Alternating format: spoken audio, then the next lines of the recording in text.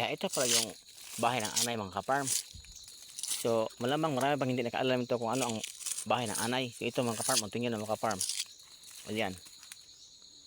So makita nyo dyan ang anay sa loob mga ka-farm. Oh. Ayan, ayan ang anay mga ka-farm.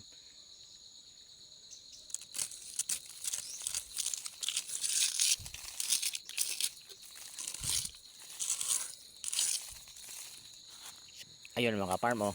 Ayan, makita nyo ang mga anay mga ka-farm. Oh. Ayan ang. So aking binuksan yung bahay sa anay mga ka-farm. So nakita nyo ang anay mga ka-farm. Oh. Ito yung anay. So itong puno ng kahoy mga ka-farm, kinain niya ng anay mga ka-farm. Ayan mga ka-farm. Oh. So ayun, oh, ayun.